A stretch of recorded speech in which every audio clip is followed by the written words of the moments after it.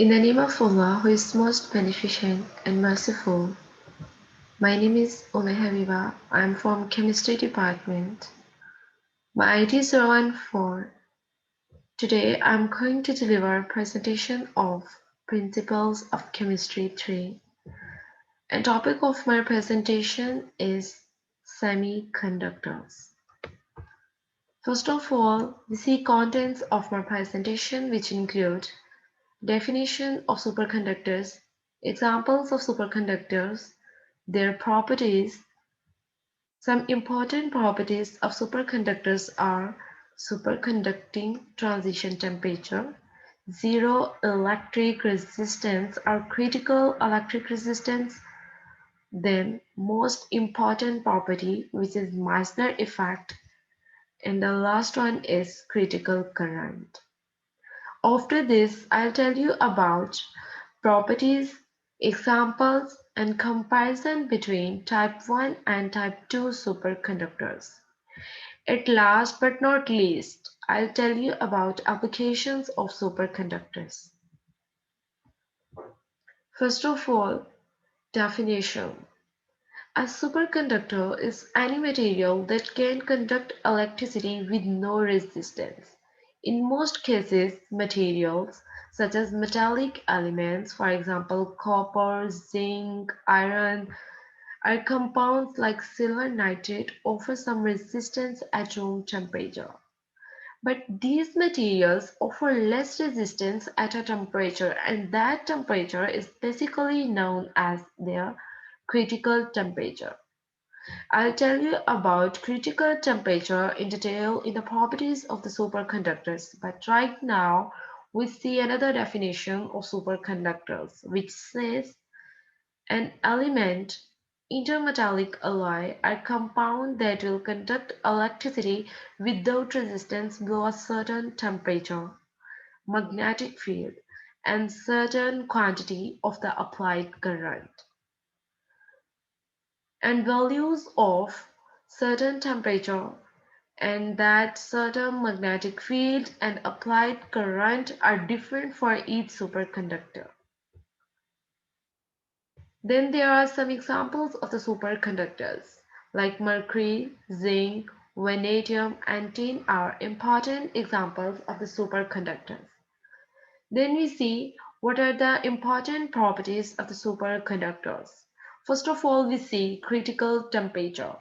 This phenomenon was discovered in 1911 by the Dutch physicist Kamerlingh Onnes. What is critical temperature? A superconductor is a material that loses all characteristic electrical resistance below a characteristic temperature, which is known as superconducting transition temperature. And you can say this also critical temperature of a superconductor.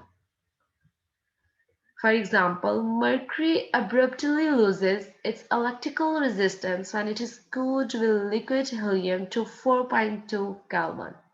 In this diagram, you can see above critical temperature, mercury is a metallic conductor, while below critical temperature, mercury is a superconductor. The reason is above critical temperature, its resistance increases because temperature is increasing, while below critical temperature, mercury is superconductor. The reason is now its resistance is equals to 0. So the next property is zero electric resistance. In the superconducting condition, the superconducting material illustrates the zero electric resistance. When the material is cooled under its transition temperature, then its resistance will be reduced to zero suddenly. For example, mercury shows zero resistance under 4K. So it's mean under this temperature it is a superconductor. Then the third property which superconductors can show is Meyersner effect. The Meyersner effect, a property of all superconductors, was discovered by the German physicists W. Meyersner and R. Oschenfeld in 1933. So then we see definition of the Meyersner effect. Meyersner effect, the expulsion of a magnetic field from the interior of a material that is in the process of becoming a superconductor that is losing its resistance to the flow of electrical currents when cooled below a certain temperature. And this certain temperature actually called the transition temperature, and it is usually close to absolute zero. Then you see there another definition, and there is a concept by which you can understand what is Meissner effect. When a magnet moves toward the superconductor, it induces a supercurrent in the surface of the superconductor that continues to flow even after the magnet stops moving. In this diagram, you can see when a magnet moves towards the superconductor, it induces a supercurrent in the surface of the superconductor. Then what is result? Then in turn this supercurrent induces a magnetic field in superconductor. This current which is induced in this in turn induces a magnetic field in this magnet actually, and that exactly cancels the field from the magnet. Thus the net magnetic field within the bulk of the superconductor is zero, and this phenomena is known as Meissner effect. What are applications of the Meissner effect? Outside the superconductor, however, the magnetic fields due to the magnet and supercurrent repel each other just as the north poles of two-bar magnets do. And because of this property, the magnet therefore experiences an upward magnetic force as well as the usual downward gravitational force. Like in this diagram, you can see it can um, bear an upward force and downward gravitational force. So because of two constant forces, it remains suspended above the superconductor at a point. And at that point, the forces are equal, but the forces are opposite. And because of these forces, potential applications of the Meissner effect include high-speed magnetically levitated trains such as are now operating in Shanghai in China. And this is the diagram of that train which is now being used in China. Then the last property of the superconductor is critical current. When the current is applied through a conductor under the condition of superconducting, then a magnetic field can be developed. And when this magnetic field is developed, then current flow increases, and current flow is increases beyond a certain rate, then the magnetic field can be enhanced, which is equivalent to critical value of the conductor at which this returns to its usual condition. So the flow of current value is also called critical current. Then, as we have discussed properties of the superconductors, now we see how many classes of superconductors are there. Mainly two classes of the superconductors are type 1 and type 2. First of all, we see what are type 1 superconductors. Those types of superconductors which lose their superconductivity very simply. When it is placed in the magnetic field at the critical magnetic field. And after that, they become like a conductor. These types of superconductors are also named as soft superconductors due to the reason of loss of superconductivity abruptly. These superconductors obey the Meissner effect completely, and examples are aluminium, lead, and mercury. Then we see how they exhibit magnetization factor. As seen from the magnetization curve in this diagram, transition at the critical magnetic field like HC is reversible because if field is again lowered below the critical magnetic field, then material again becomes superconductors. Because low this value of the magnetic field or critical magnetic field, it will become a superconductor and loses its whole conductivity. Then values of critical temperature and magnetic critical magnetic field for type 1 superconductors like mercury and vanadium have critical temperature 4.15 and vanadium has 5.40, and critical temperature is given in the unit of Kelvin and critical magnetic field is given in the unit of magnetic field, like which is Tesla. Then we see what are applications of type 1 conductor, superconductors. This kind of superconductor includes basic conductive parts, and these are utilized in different fields from electrical cabling to microchips on the computer. So they have main uses in the computer labs. The second one is type 2 superconductors. These superconductors, which exhibit partial Meyersner effect, are type 2 superconductors. They have lower or upper magnetic fields, and region between those values of the magnetic field is the vortex or mixed state, and they are hard superconductors because large magnetic field is required to bring them back to superconducting state. So that's why we call them as hard superconductor. Examples are there like yttrium, barium, carbon monoxide is best example of the type 2 superconductor. Then we see their magnetization factor. As seen from the magnetization curve, transition at Hc is not reversible. Like in type 1 superconductor, transition was reversible, while in this case, transition is not reversible because there is a state among Hc1, Hc2 means a critical magnetic field have two values, one is upper and one is lower, and there is also a mixed state which is also known as vortex state of the superconductors, and I will tell you about in detail about vortex state of the superconductors. Then applications of the type 2 superconductors. These are applicable for strong field superconducting magnets. For example, as Hc2, like second value of the critical magnetic field and the critical temperature are high for type 2 superconductors.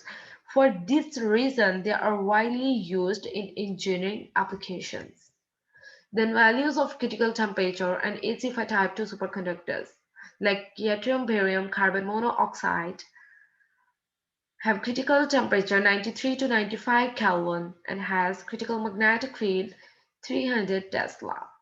In structure of the yttrium, barium, copper oxide was first type second superconductor with such a high critical temperature. So it has some exceptional case. Now we have discussed properties of the superconductors, types of the superconductors. Now moving towards, we will discuss about the vortex state which type 2 superconductors exhibit.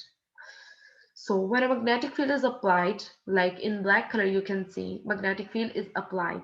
Superconducting currents develop on the surface in order to make a screen against this field. And this is shown in the red color in this diagram. Other superconducting currents developing creating vortices, and these vortices are created. In the diagram, these vortices are shown as in the green color. These vortices allow quantum of magnetic flux to go through them and thus enable part of the applied magnetic field to go through the superconducting sample.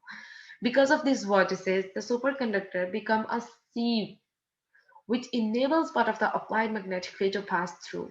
And this process is called vortex state or mixed state, which is basically exhibit among upper magnetic field value and lower magnetic field value of the type 2 superconductors.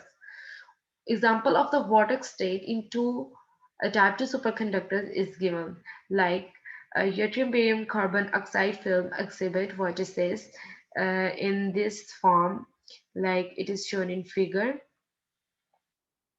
Then we see comparison of the type 1 and type 2 superconductors. Type 1, they exhibit Meyersner effect. Type 2 does not exhibit complete Meyersner effect. So all these properties, as we have discussed, like there is only one critical magnetic field value, but there are two. No mixed state is present, mixed state is present. Soft superconductors, hard superconductors, their examples, the magnetization factor. Also, there are a few more differences between them. For example, type 1 superconductors always have low critical temperature, but type 2 superconductors have relatively high critical temperature. Then there is another class of the superconductors which is recently discovered, and it is called as high temperature superconductor. In 1991, scientists at Ottawa laboratories discovered a new class which is known as high temperature superconductors. And one of the superconductor, high temperature superconductor, you can see in this diagram. It is um, high super high temperature superconductor based on the fullerene, the allotrope of the carbon that contains C60 molecules, and this is actually in the form of the soccer ball. You can see potassium ions lie in the plane of the cube face and are surrounded octahedrally. There, they are surrounded octahedrally, but there it is being surrounded by other atoms tetrahedrally, while there C60 ions are located at cube corners and face centers, and the potassium ions are in two kinds of holes between, like tetrahedrally and octahedrally both. Then we see application. Superconductors are used for providing very strong magnetic field of about 20 to 30 Tesla, which is much larger than the magnetic field obtained from an electromagnet. And such high magnetic fields are required in the power generators. So it is used in power generators. They are also used in the superconducting cables, and they are used to perform logic and storage functions in the computers. They're used in MRI. High temperature superconductors are brittle powders with high melting point, so they are easily fabricated into wires and coils. So they are very useful in electrical equipment. Superconductors have some commercial applications, and the superconducting thin films are used as microwave filters in cell phones, base stations, and superconducting wire 1 kilometer in length is now commercially available. So these are some applications of the superconductors. We can summarize their applications in this form, like particle accelerators, generators, transportation, power transmissions, electric motors, military, computing, medical, and B field detection, mean magnetic field detection, for example, squids. So this was the presentation basically on the superconductors, in which I discussed about introduction of superconductors, their types, their properties, their comparison, and applications of the superconductors. Thank you.